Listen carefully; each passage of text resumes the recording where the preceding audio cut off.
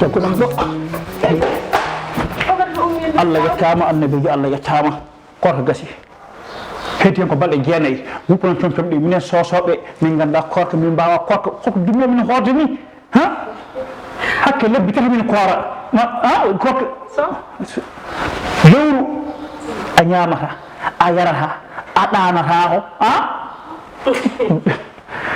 joni noon wuppuno comcom ɗi ha laawa pasnaham ɗi julde heddi hen ko balɗe jeenayyi mbaɗam yaha ɗo mi rayni an hoto jiiɗa julde ne heddi balɗe jeenayyi julde ne heddi balɗe sappo e jeetati an ko mbaɗa ɗo sobal an kam ko an jeeyi korka ha walla ka niɓata yimɓe korka ha walla korka ha ko an feewni ɗum mbaɗa haala ma ko ganduɗo yedde mi wuppuno comfen ɗi mera mera Allah yettama korka gasi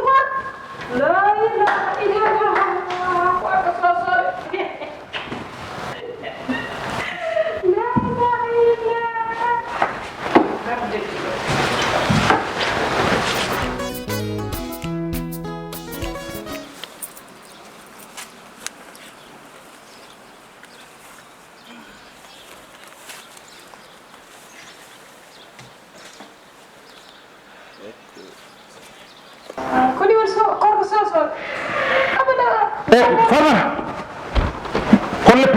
holle pin kokkam ga holle pin ala kuccuɗa comme jayade ko mbar kalisam camani ala kuccuɗa profité men kalis ƴetteral koccumi kalis mucci ɗum ɗo addu ya addu gay ani somi hoccitama hokku mbra yillal hoore ay jam ɓam woni kadi ɓarta hakkille ka ɗum ɗum cetuma e wuppane wona ɓe somi hoji woni koccumi hen ko mi hokkalma adda tan mbiyano hoore ma sa yiɗa liggitude mawɗo liggitaki ko ɗum nde tawmi hen o bomboma eɗe basalle ɗe murtode ko ɗum tawmi hen ko ni woni kortoma an minen sosoɓe ni min kornata ko ni korto noon sosoɓe seydi so baalo mi wi so so nangi hawlide 10 heures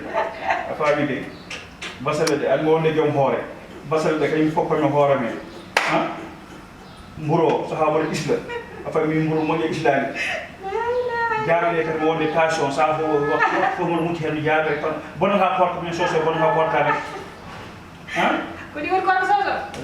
yo Allah waɗa noon korko jaɓa